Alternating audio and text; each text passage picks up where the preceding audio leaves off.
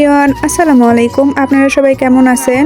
তো কোনো কাজ করার আগে এগুলা দস্যু বাহিনী বেন্দা লওয়া লাগে, তা না হলে সেই রকম ঝামেলা করে। সেই জন্য কাজ করার আগে ওরকক ঘরাত বেন্দা নিনু আর তারপরে বসে পড়নো এক ঠিকই আলুর শাক লিয়ে। আর গ্রামত থাকা কত একটা ভালো সুবিধা দেখেন, শাক সবজি সবকিছুই টাটকা টাটকা পাওয়া যায়। আর আলুর শাক, সরিষার শাক এগুলা মনে হয় খুব কমই পাওয়া যায় শহরত, কিন্তু সব মিলা গ্রামত থাকাই অনেক শান্তি। তো এখন আমি সবগুলা আলুর শাক বেচা লিচ্ছি। যেগুলা শাক জ্বালা সেগুলা এমনি বেচা লিচ্ছে, আর যেগুলা শাক একটু বুড়া সেগুলা ডাটা সিলা তারপরে বেচা লিচ্ছি।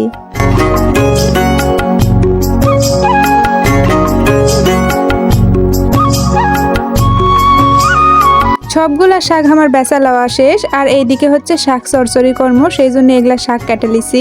এই জায়গাত কিন্তু অনেক রকমের শাক আছে, বোতার শাক আছে, হ্যাঞ্চার শাক আছে, আবার সাহেব গিমা শাকও আছে। আমি কিন্তু এই সাহেব গিমা শাকক চিনি না, তো আমার মাও আমি করছি যে এটা কি শাক, আমার মাও করছে যে সাহেব গিমা। আর এই শাকের নাম লিয়ে কিছুক্ষণ ধরে আনা হাসাহাসি করনু। তো যেহেতু এগুলা 12 মিশালি শাক চরচরি কর্ম, সেই জন্য এই জায়গাতে আমি আলু কাটা লিচ্ছি আর বেগুন কাটা লিচ্ছি। আলু, বেগুন, টমেটো আবার ছোট মাছ দিয়ে আর কি শাকটা চরচরি করবো।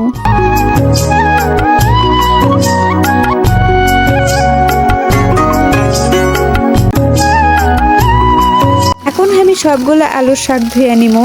আর আমি মুরগি তুলিছি, এদিকে একটা কিন্তু সারা ফালাছি, কারণ ই মনে হয় ডিম পারবে।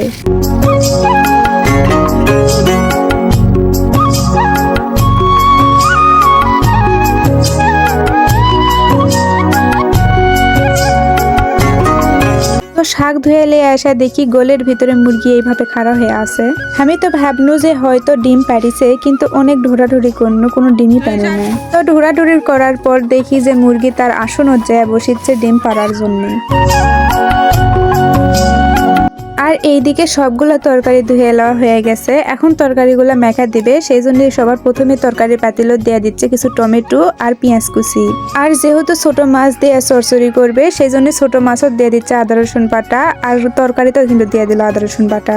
শুকনা মরিচের গুঁড়া, হলুদ, লবণ সবগুলাই কিন্তু দিয়ে দিচ্ছে মাছও তো তরকারিতেও।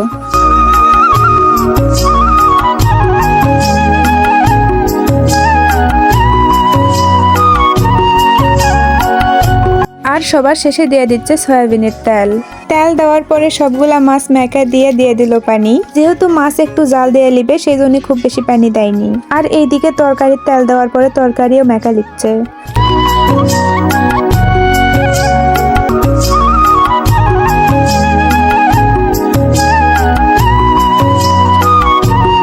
তো তরকারি মেখা দেওয়া হয়ে গেলে এখন চুলাত কিন্তু জাল লাগা দিছে। চুলার একদিকে তুলে দিছে তাওয়া, আর তাওয়া দিয়ে দিছে কিছু পেঁয়াজ কুচি, আর দিয়ে দিছে কাটা লওয়া কাঁচামরিচ, আর দিয়ে দিছে তেল। আর আরেক দিকে তুলে দিছে মাছের পাতিল, আর আরেকটা দিছে ভাত। তাওয়ার যেগুলা পেঁয়াজ মরিচ ভেজা লিচ্ছি সেগুলা কিন্তু শাক ভাজির জন্যই। তো পেঁয়াজ মরিচ যখন লাল হয়ে আছে তখন কিন্তু একটা থালত করে তুলে দিচ্ছি। আর তাওয়ার যে তেল আছে সেই তেলটি দিয়ে দিচ্ছি আলুর শাক। সবগুলা শাক যখন দেওয়া হয়ে যাবে তখন আমি শাকত দিয়ে দিচ্ছি লবণ, আর পেঁয়াজ মরিচ ভেজা লিছি, তার সাথে কিন্তু রসুন কুচিও আসলো, সেটা আপনাকে কবা আমার খেয়াল আসলো না। তো শাকত লবণ দেওয়ার পরে এখন খুন্তা দিয়ে শাকগুলা ভালো করে উল্টা পাল্টা লিচ্ছি। আর শাকত কিন্তু কোনো প্রকারের পানি দিব না, শাকত থেকেই যে পানি বের হবে সেই পানি দিয়ে শাক সিদ্ধ হয়ে যাবে।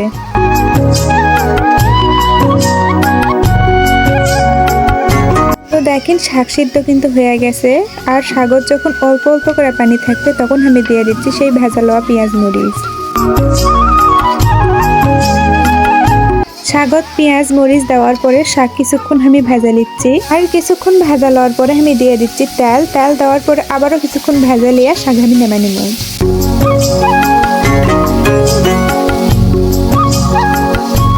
শাক ভাজি কিন্তু হয়ে গেছে, আর শাক ভাজি নেমে লিছি। আর এইদিকে মুরগির সে আসনত যায় দেখি মুরগি দুটা ডিম পেড়া হয়েছে।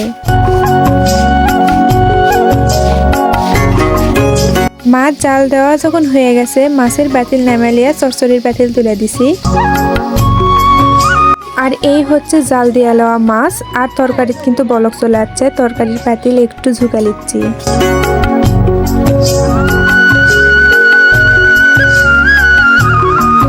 তরকারির যখন একদম বলক হয়ে আসা পানি একটু কমে গেছে তখন আমি দিয়ে দিচ্ছি সেই জাল দেওয়া লওয়া মাছ।